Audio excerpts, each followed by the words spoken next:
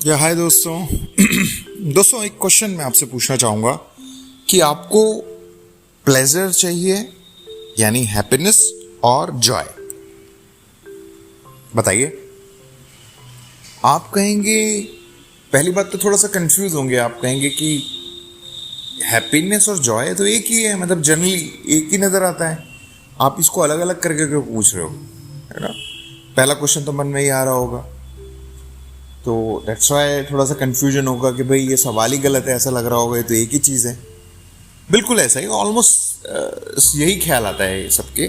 But मैं उनको सुन रहा था, या आचार्य प्रशांत को सुन रहा था मैं, बहुत पुराने वीडियोज़ हैं उनके जो काफ़ी अच्छा उसमें, जिसमें वो स्टूडेंट से बात कर रहे हैं, अपनी टीम से बात कर रहे हैं, वहाँ पे जो जो उनके साथ जुड़े हुए लोग हैं।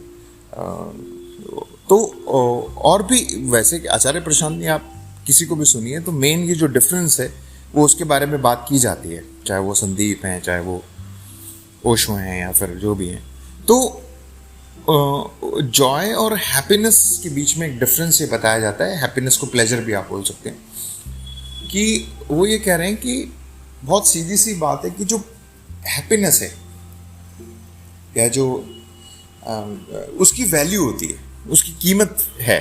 जैसे राइट, कीमत है मतलब आप क्या करते हो, आप जॉय या हैप्पीनेस पाने के लिए या प्लेजर पाने के लिए आप चीज़ों पर डिपेंडेड हो, उनके आप खरीद सकते हो, चाहे वो कुछ भी हो सकता है, जैसे कि चाहे वो पर्सन है, चाहे वो थिंग्स हैं, मटेरियलिस्टिक कोई भी चीज़ें हैं।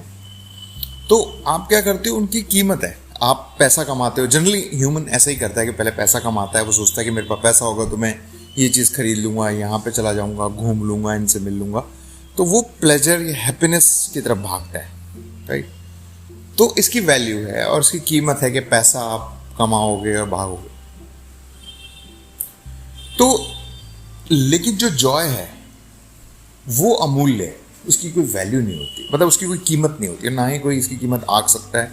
अमूल्य का मतलब ये होता है जिसकी कोई मूल्य नहीं है, और उसको आप पैसों से नहीं खरीद सकते। उसको आप दुनिया भर की दौलत ले लो, लेकिन आप उसे खरीद नहीं पाओगे। क्यों? क्योंकि जॉय का संबंध पैसों से है ही नहीं।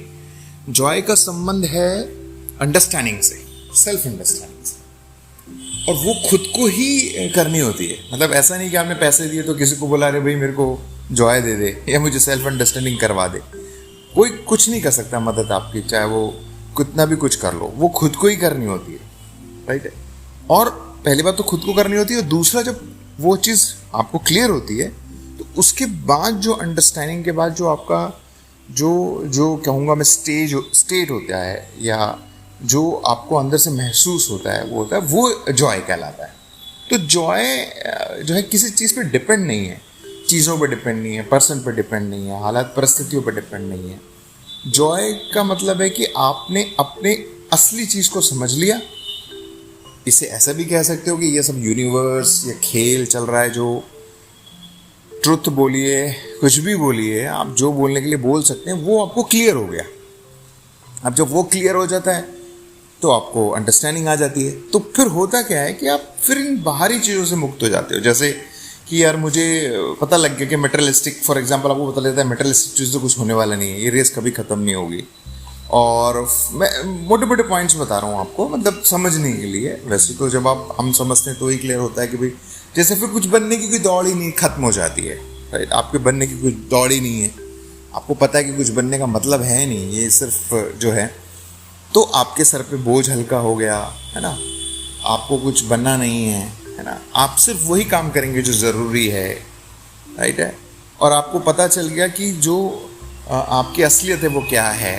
तो ये सब चीज़ें जब क्लियर होती हैं, और तो आप एक जॉय में रहते हैं, तो फिर वो जॉय जाएगा नहीं, फिर वो किसी पर डिपेंड नहीं है, राइट है ना। आप किसी को दे सकते हो ना किसी से ले सकते हो।